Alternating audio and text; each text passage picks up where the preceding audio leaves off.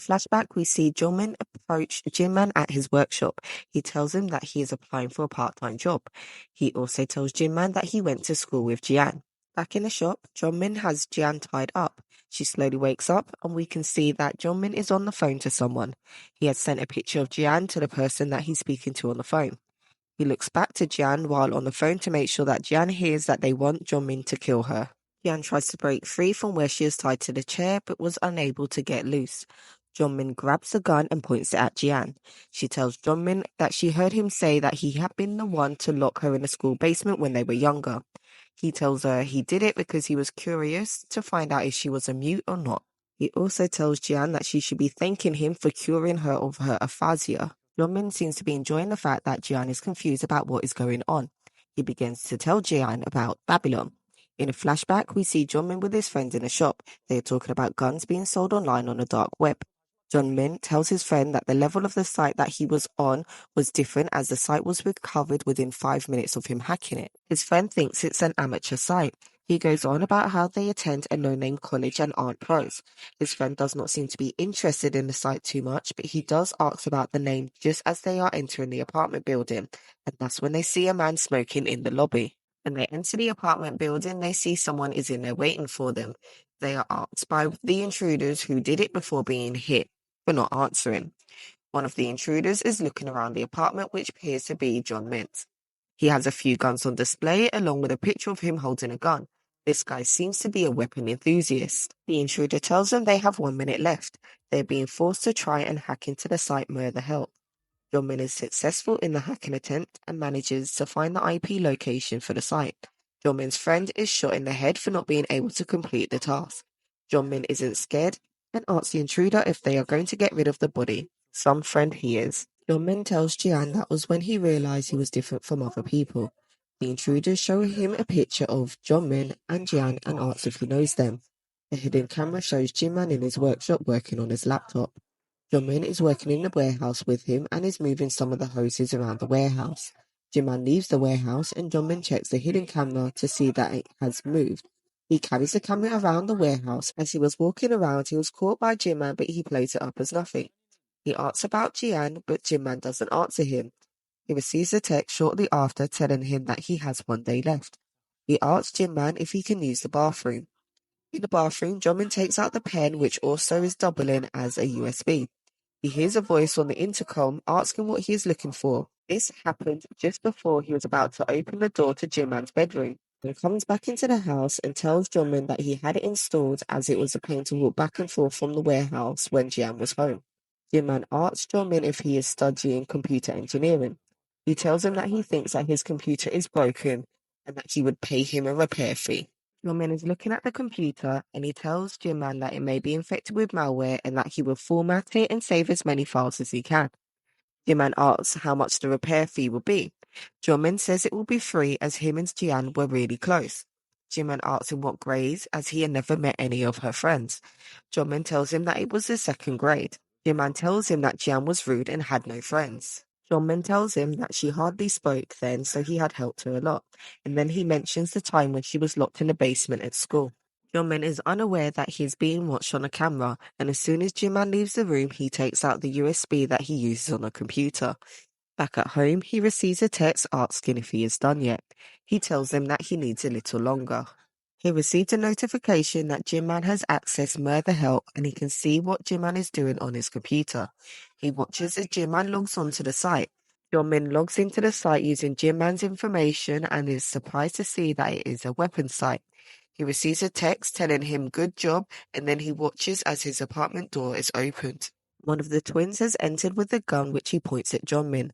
Jeong Min tells him that it would be a waste to kill him as he has a setup. The twin makes a call and it is to Lee Yong-han who tells Jeong Min that he has balls.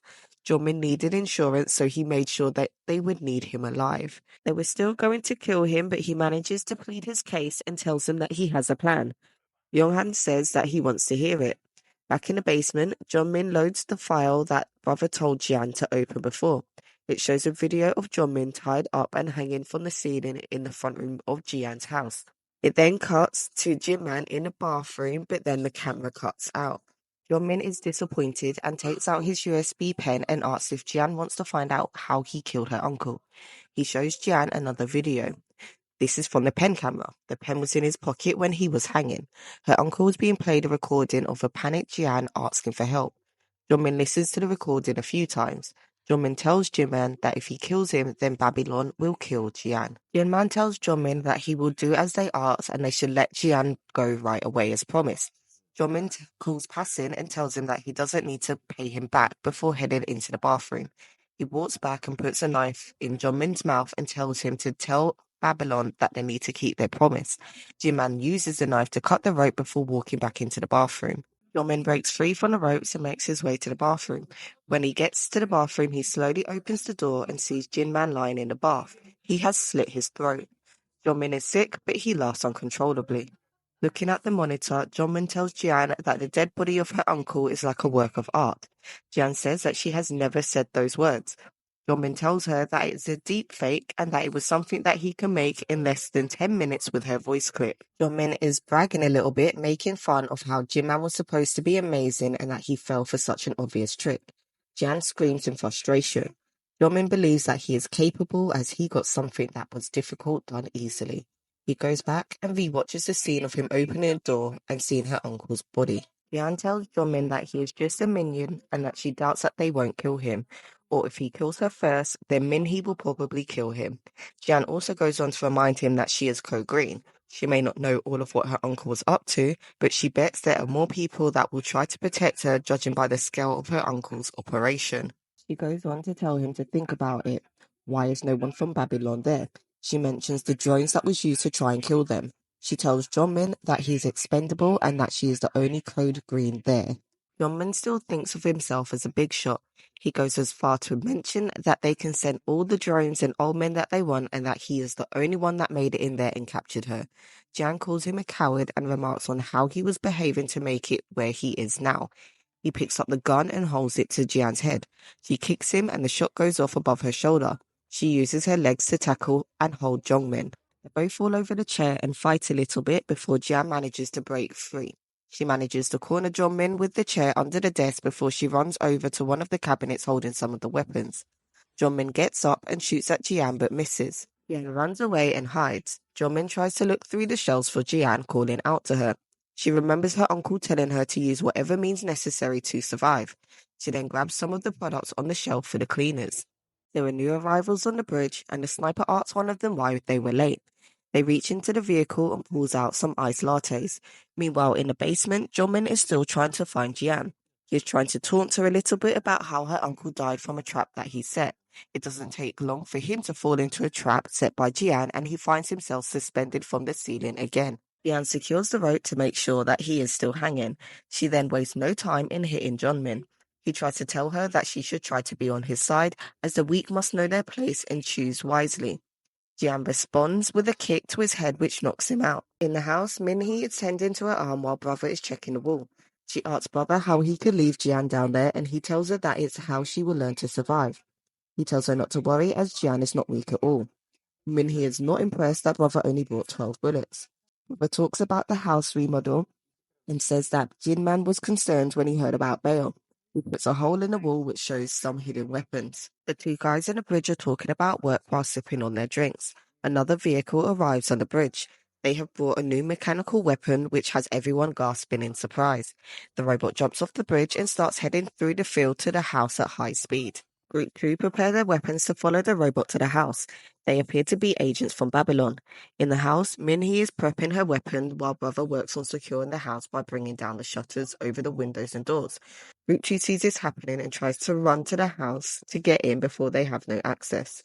The robot is already in the house and Min-hee shoots at it but misses. She is then shot at by some of the guys from Group 2. Brother calls her back to the hallway and calls up another barrier. While it was halfway up, the robot tries to jump over the barrier but is shot by Min-hee and thrown back. The robot uses its body to stop one of the shutters from dropping, which allowed Group 2 to enter the house. They look around but are unable to find anyone else in the house. The robot moves and the last shutter finally goes down. They are now trapped in the house. The robot is able to see where Min-hee and Brother are based on their heat signatures. Back in the basement, Jian is at the monitors. She has a look at the handover guide for Murder Help. Her uncle had left her a message. In the message, he tells her that if she wants to escape, she can use the back door of Murder Help, which leads to an escape route to run away. He left her a new identity as well as enough money to start her new life. However, if she wants to join the people that are fighting for her, she can. The choice is hers. In the house, the robot is trying to break through the wall that separates Group 2 from Minhee and Brother. It drills a hole in the barrier and then releases smoke into the room. Minhee and Brother are prepared and already have the smoke mask on. Minhee gives the signal and Brother lowers the barrier. Minhee throws a flag grenade and as soon as it goes off, she jumps over the barrier and starts shooting Group 2. The gunfight wages on with Minhee against Group 2. She uses the chair for cover before coming out and resumes shooting them. Along with the shooting, she uses some martial arts to tackle them. Jian arrived in the house and is standing behind a blast shield with Brother. She calls out to Minhee while Brother tries to shoot cover fire. Minhee manages to get over the barrier and Jian rushes to grab her. Jian looks back and one of the guys in Group 2 was getting ready to shoot at them. She takes out 2 grenades and with the help of Brother releasing the pin, she throws the grenades over the barrier at the guy that was aiming the gun at them. The guys on the bridge are trying to work out what happened as they can see that there was some sort of explosion in the house. Brother and Jian are checking over Minhee, who was hurt in the shootout. Out of nowhere, Brother is hit by the door that was thrown open by one of the mercenaries. He shoots Minhee twice. He grabs Jian by the hair and throws her against the wall. Brother tries to fight the mercenary but is kicked back. Jian gets up and tries to fight the mercenary as well. She manages to hold her own for a little while but is thrown down a couple of times. He looks at his face in the mirror and sees what happened to him after getting caught in the explosion. He receives a call from the sniper who is checking to find out what happened. He tells the sniper that he is the only one that survived. He confirms that he won't kill her, but that he will cut off half her face. He was about to cut her when he is suddenly stabbed from behind by Passin. Passin helps Jian up and she proceeds to give him a hug, which he returns. He tells him that they need to get ready as Belle is coming. He tells Jian that Belle is the one that killed her parents. In an office, Belle is watching what happened on some of the cameras from the drones that were sent out. The scene Jian take out a drone with a slingshot, Belle tells the twins that they should go handle it. That's it for today's recap. And don't forget to like, comment and subscribe. And please don't forget to check in for the next recap.